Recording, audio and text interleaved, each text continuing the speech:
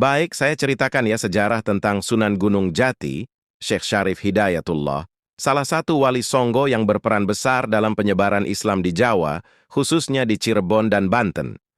Sejarah Syekh Syarif Hidayatullah, Sunan Gunung Jati. Satu, asal-usul.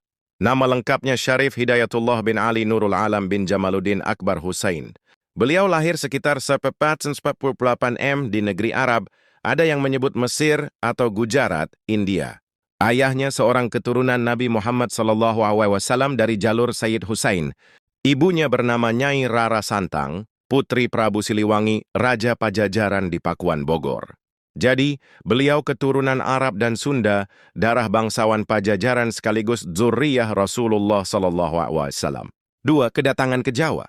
Setelah belajar agama di Mekah, Mesir, dan Gujarat, beliau kembali ke tanah Sunda sekitar tahun 1470 M.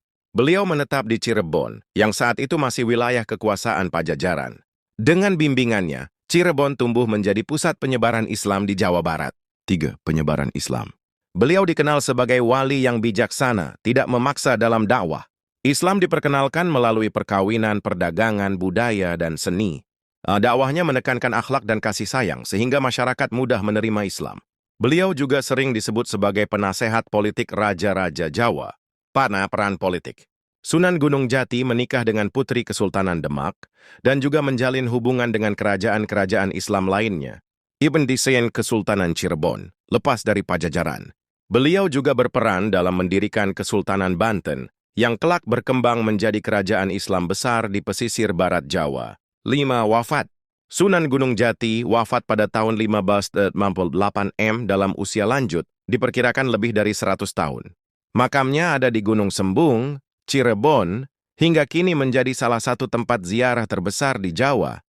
Warisan dan pengaruh. 1. Mendirikan Kesultanan Cirebon sebagai pusat dakwah Islam di Jawa Barat.